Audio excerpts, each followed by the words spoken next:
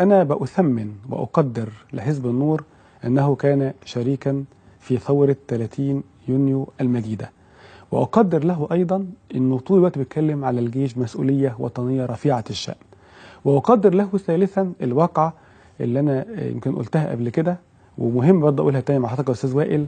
لما راح جيرمي فيلتمان اللي هو كان مساعد السياسي لبان كي مون، رقم 2 بعد بان كي مون سياسيا، وده كان سفير ومساعد وزير الخارجيه الامريكي، فقوته ان هو دبلوماسي امريكي رفيع المستوى، وقوته ان هو مساعد بان كي مون، وكان ورا جزء من تخريب العالم العربي قبل كده.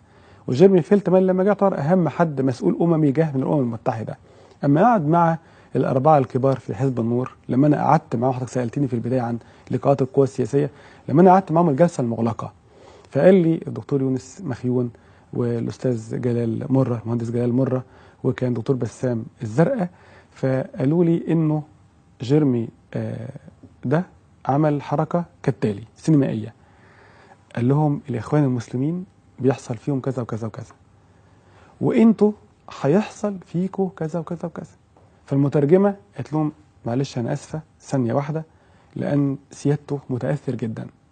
سيادته كان مطلع منديل محلاوي وهو لابس نظاره، شايل النظاره ومسك المنديل وقعد يمسح الدموع.